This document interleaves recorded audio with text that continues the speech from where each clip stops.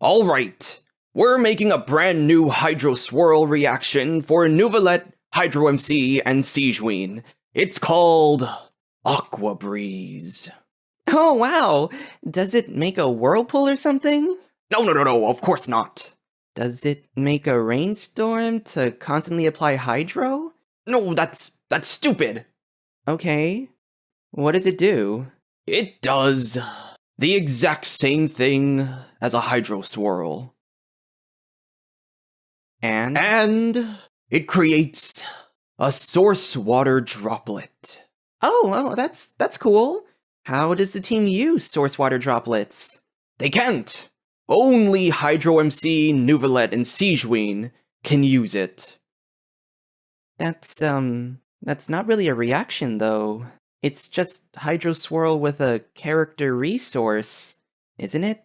Of course not! It's a brand new reaction. It's Aqua Breeze.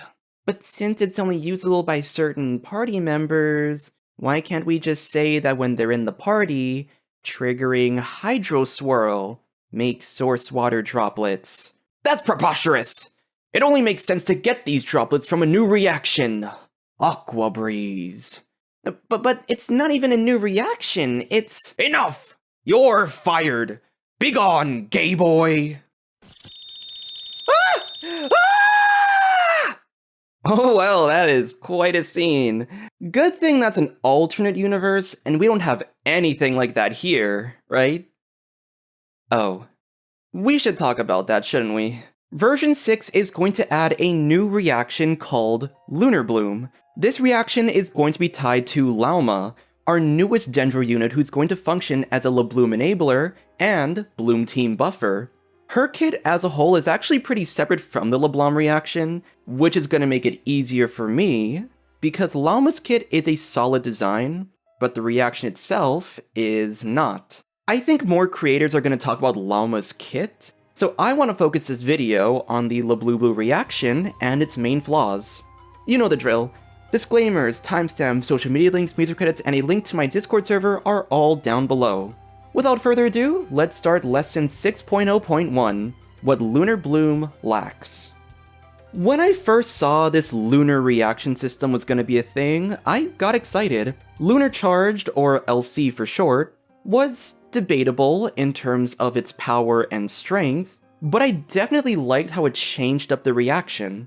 Instead of a single unit contributing their EM into instances of electro damage, EC for short, LC takes all contributors, pooling their EM and crit stats into an instance of damage.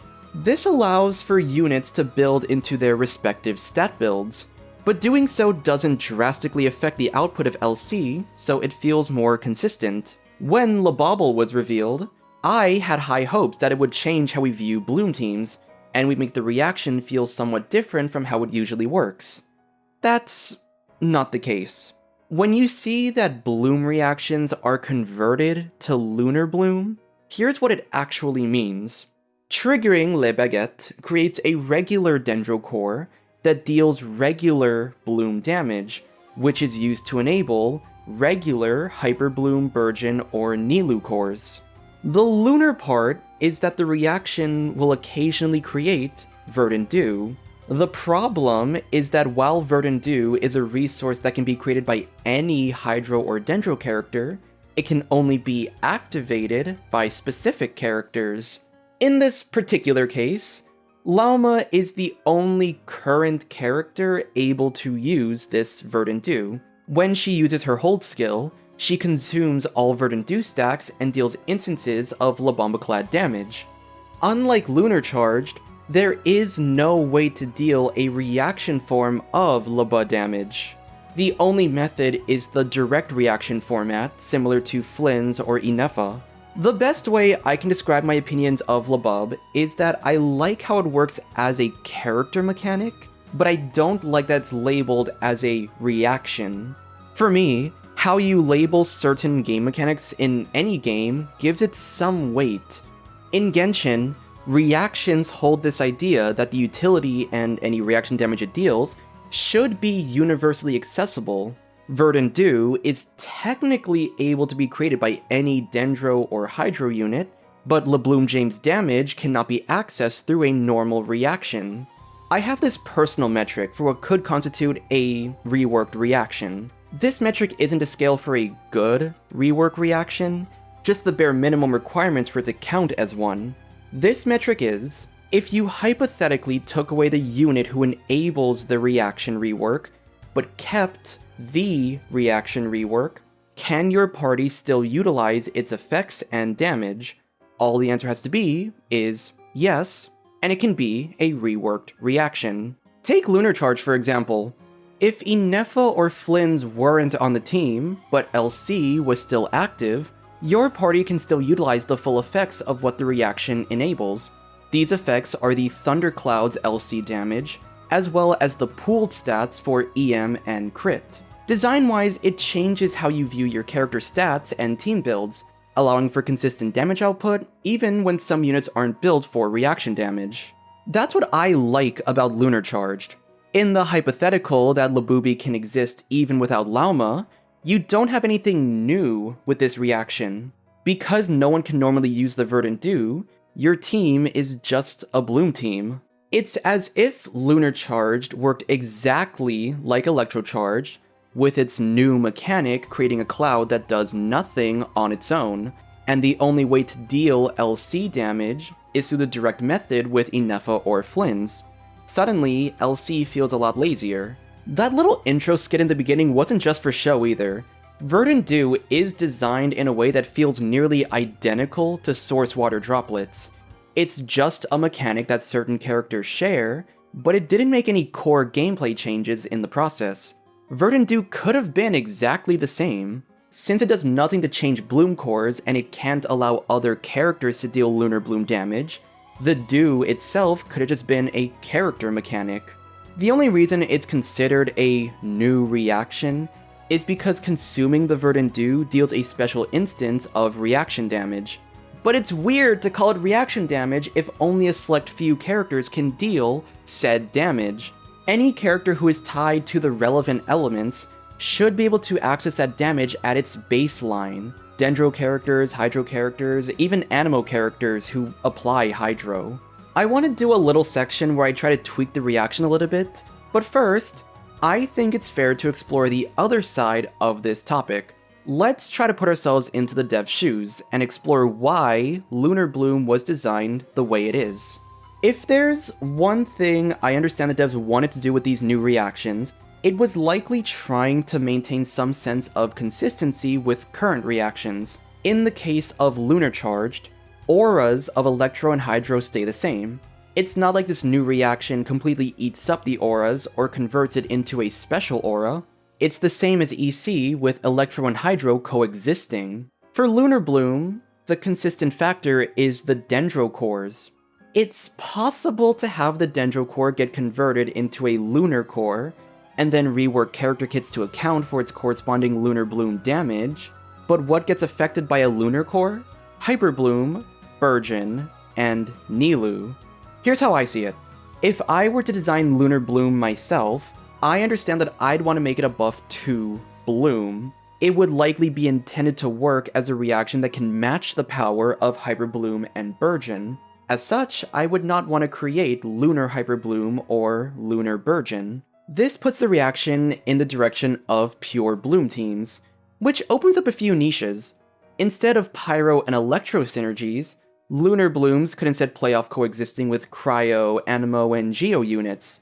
Fridge Team, Shatter Bloom, Swirl Bloom, Crystal Bloom? I've never played a Geo Bloom team before, I don't know how that works, to be honest. Okay, so shift Lunar Bloom into pure Bloom teams that addresses the Hyper Bloom and Burgeon issue. But the next issue is Nilou. Her whole gimmick is transforming Bloom cores into Bountiful cores.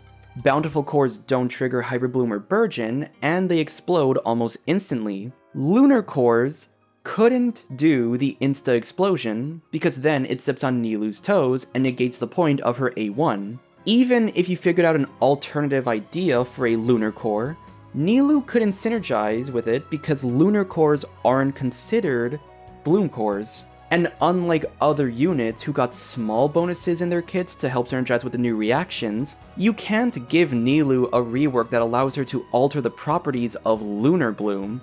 It's too much utility for a single character to have. In other words, if Lunar Bloom changed Bloom cores, the mascot of Bloom teams can't work with a new Bloom-focused reaction. The whole goal with reimagined reactions is that the way teams are played can still feel consistent or similar, but with a reaction as complex as Bloom, it's hard to make a special version of it without negatively disrupting some of the other units or team comps that would want to synergize with it. So the devs opted for the Verdant Dew mechanic.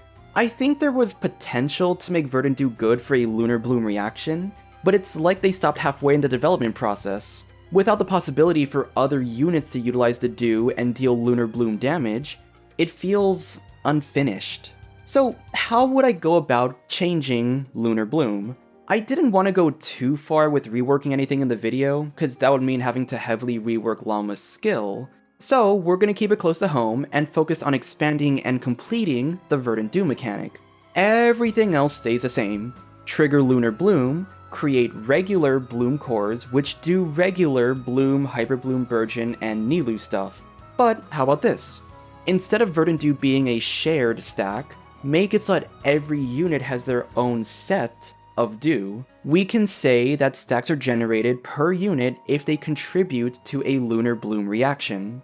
And then there can be different ways to consume a Verdant Dew stack, but the simplest trigger could just be to apply Hydro or Dendro onto an enemy.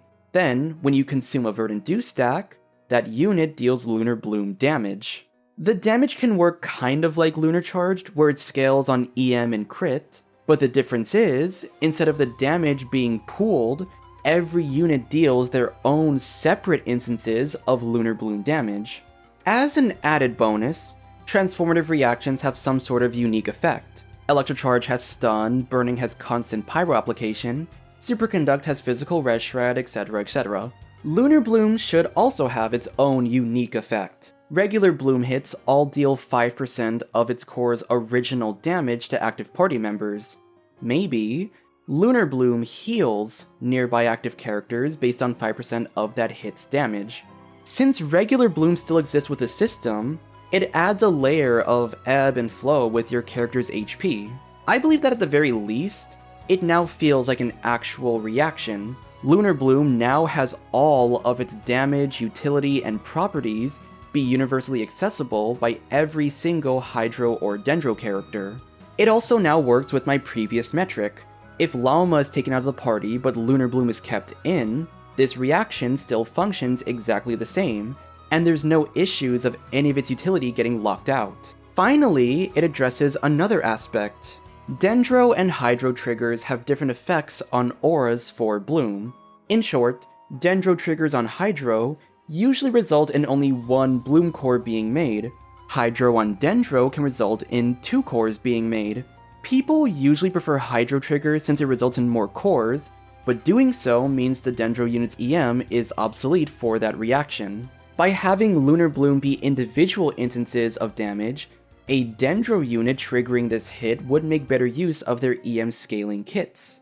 I also think it kind of works from a thematic standpoint. Lunar Charge plays into the idea of water and lightning combining to make a thunderstorm. The mechanic itself combines all the characters' EM and crit into a single bolt of lightning from a thundercloud. This personal concept of Lunar Bloom is like a tree. The party is the tree, and the bloom cores are like your fruits or your seeds. Instead of imagining Lunar Bloom as altering the fruits, you use Verdant Dew to simulate branching out and creating extra plant life through the leaves.